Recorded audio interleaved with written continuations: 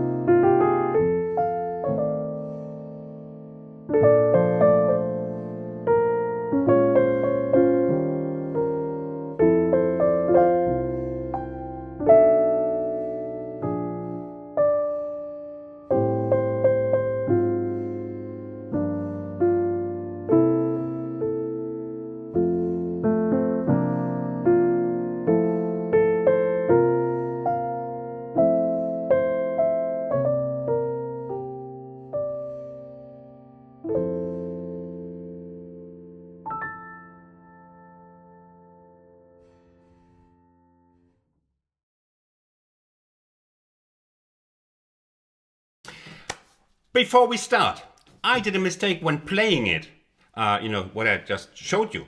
Because over years, there was a mistake, sneaking in. And it's just at the beginning, when I played the first melody, my fingers did this. Here. The C sharp is the mistake. It should be C. No one in all the hotels I played ever got a hiccup from this because they were probably like worn down by Bloody Marys or White Russians. But I realized after after so many years that it has to be a C actually. I don't know where I got it from. So it's only in the first, when I played it the first time. So again, it should be this one. And then, C. And here we have the first bit I have to help you with. We want to tie the melody here to be able to, get the A7 by the neck. So what do? Is we cheat a little bit.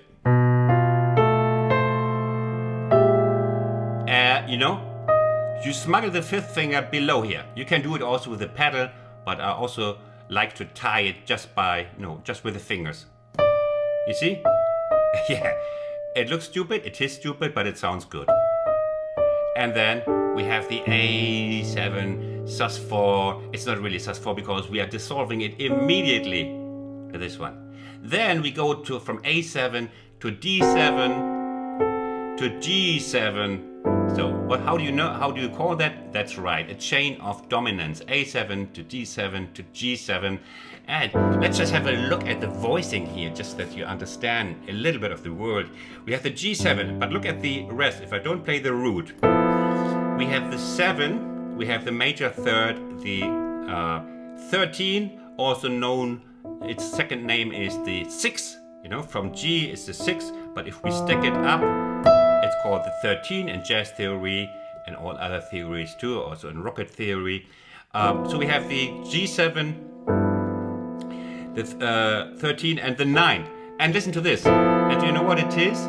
That is right. It's all fourths intervals. And that makes it so jazzy. And it sounds warmer when we add the root. But if you watch my voicing tutorials, which of course you have, if not, go watch it. I treated these voicings there. Okay. Then what do you do if you have to spend some time on a chord? You waste some time on the chromatic neighbor, and that's what Van Huysen, the composer, did here. Time to waste. Let's go to A flat 7 for a little bit, and then just return.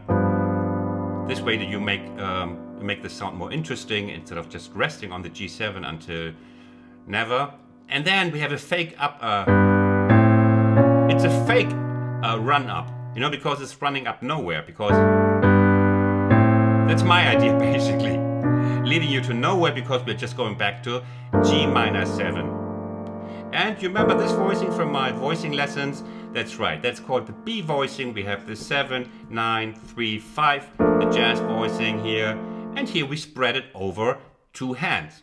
That is the trick. If you do solo piano a lot, you spread voicings over 2 hands, especially in the middle where the left hand can help out with the 7. Because very often we have to also, we have to serve the melody, the middle section and the bass section. So one of the hands always has to help out the other sections. And then we have the same problem with tying here.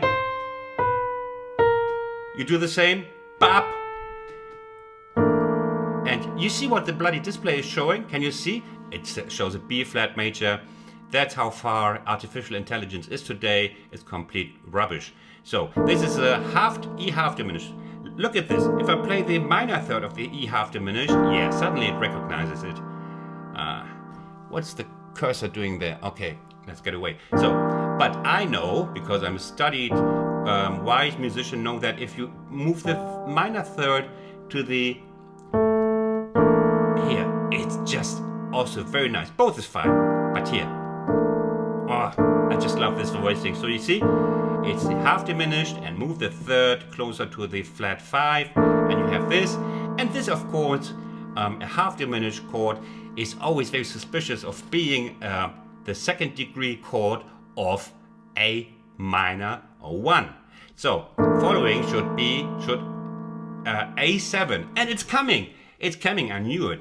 Here, A7, and the 1 should be D minor 7, and it's coming.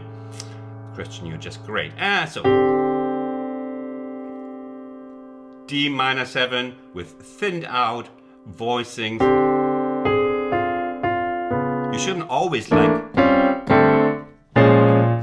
play the full thing, but sometimes, you know, play it a little bit thinner to create this contrast. And it's again walking chromatically down. We have a lot of chromatic chordal movement. Chordical movement.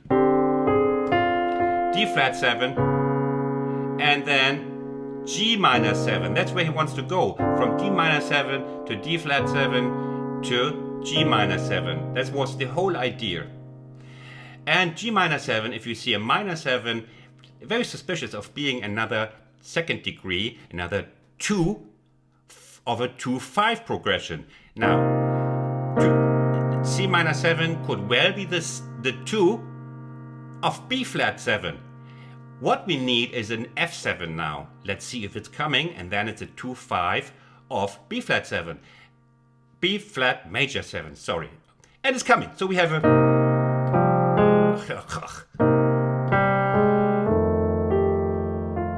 And then we have indeed the 1.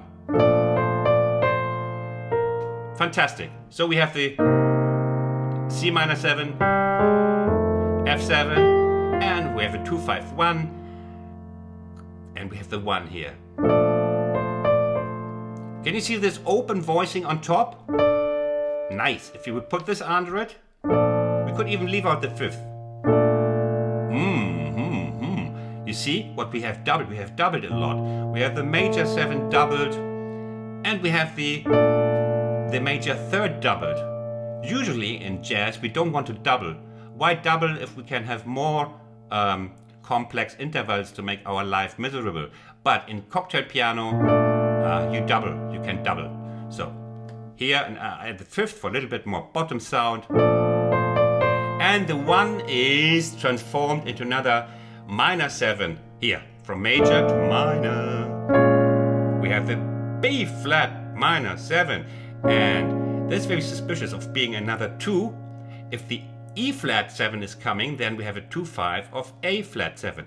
Yes, I know I'm rushing a little bit through, so I'm, you might have heard of 2-5-1 combinations, progressions already. And it does. E flat 7, the display is not showing the E7 because it's a bit stupid, because the E7 is here. Come on, show the 7. It shows the 13 and the 9, but not the 7. It should be there. Okay. But it's not going to the 1, to the A flat major, which is the 1, but it's going to the 1 of the piece, which is F major. The piece is an F. And we move on a little bit.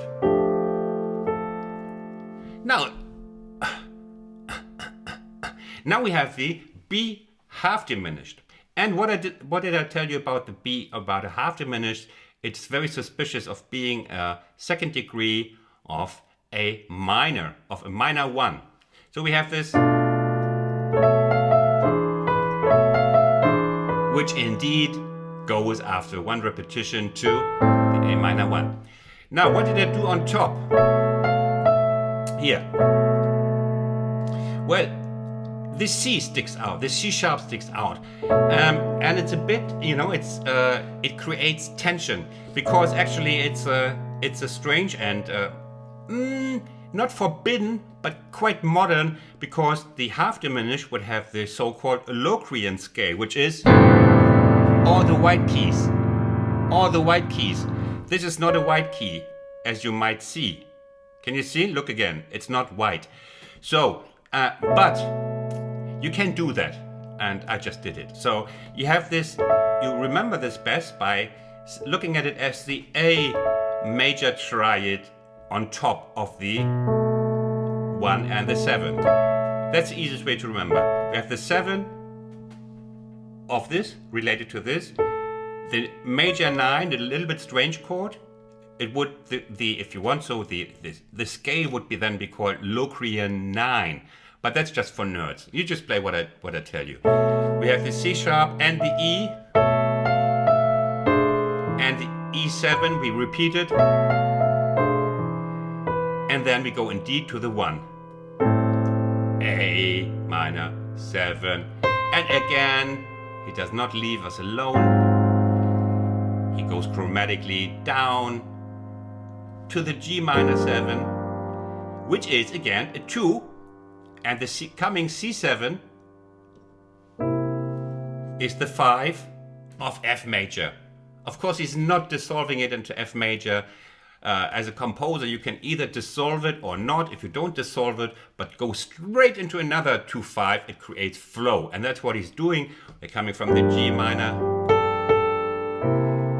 into the next chord progression. Yes, that's the trick. Okay. We move on, then it's coming roughly the same, just with a little bit different notes, but you can figure that out in the slow replay. We come here again. Yeah, Christian. Yeah. And then we just have a little bluesy fill. It's nice, huh? I like it. I like it a lot. Here.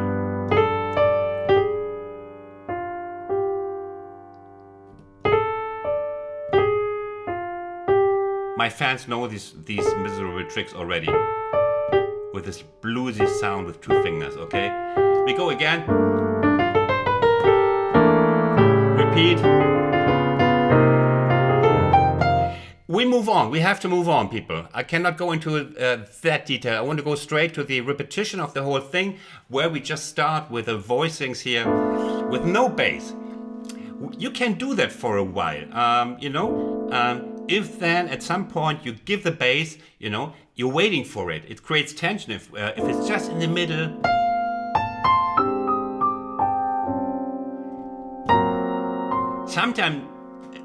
Sometimes it's even rootless voicings, there's not even, again, we start, it's the B half diminished, now we're having inversions here. B half diminished, 7 here, 1, -3, -5, or flat 5. And then look at this. 7, 9, 3, 13. We're in B flat. Now it's showing, look at the display. Okay, now I take the root away. And it shows the A flat major with a flat 5. How? Why does he think that is A flat major flat 5 and you don't and your ears don't think so? Why is that? And that is because our ear is far more intelligent than this piece of code. You see, we heard it before. So when I play it now without the root, you still know it has nothing to do with this with A flat major flat 5. You have this still in your ear resounding, and we can exploit that. So yeah, right, Christian, good. Your ear knows it's the B flat 7, although there's no B flat anywhere here, okay? Just believe me. And here we have the A7. Yeah, that's all there, that's fine. Here we have the D7 with the sharp 9. Here, can you see any D7? Look, the app is also not seeing any D7. Same applies as before. We know it's a D7. We know it is, and has nothing to do with F sharp. There is no F sharp chord here for the ear. Okay, so we come from the. And we go on with that little trick. It's a G7, 7, 9, 3, 6, or 13. You see, all these are our jazz voicings. You're hopefully familiar. It wears down, it wears out a little bit if you say that as a YouTube creator, but you should really subscribe. I'm explaining all this, and if you learn my cocktail piano tutorials, you're much faster learning these songs. So be my guest. So we have, and then we have,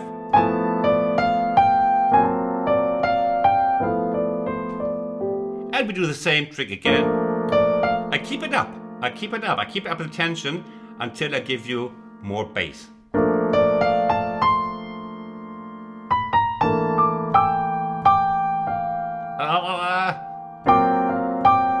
Yeah, you get that from the slow replay. We have to move on. And here again, they're all rootless voicings. You see, D minor 7, you wonder again, where's the D minor 7? Where's the D? There's no D in it. So I'm stretching it a little bit. You can't do it too much and then your ear loses it. But, you know, I figured out. Does it still sound good?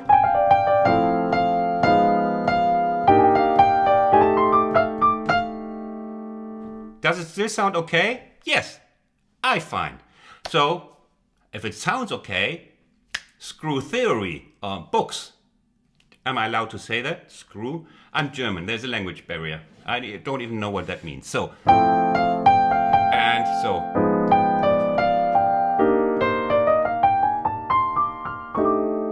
So, C minor 7, rootless, F7, rootless, and here.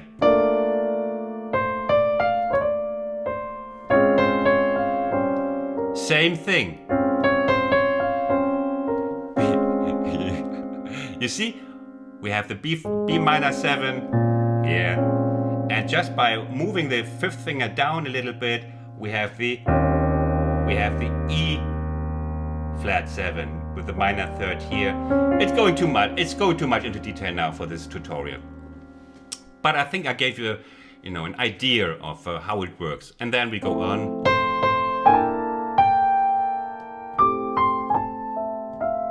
Yeah. And then, now I'm giving away the bass. A little bit.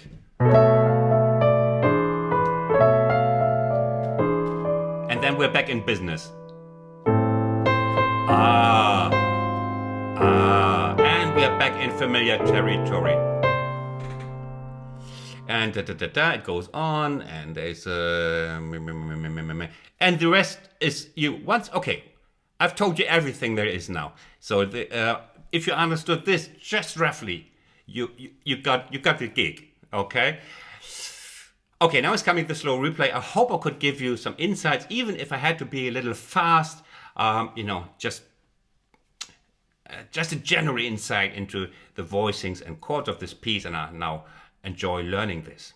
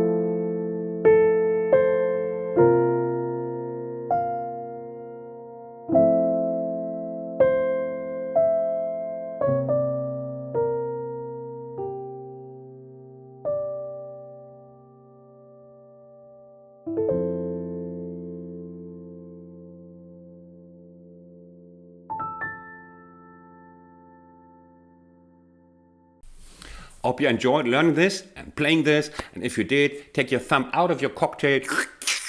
Maybe you can lick the rest of it. And then squeeze it on the like button under my video. That helps my channel truly, and also this tutorial to have a chance in the universe of YouTube. And I say thanks for coming by. Thanks for watching. All the best from Berlin. Tschüss. Stay safe.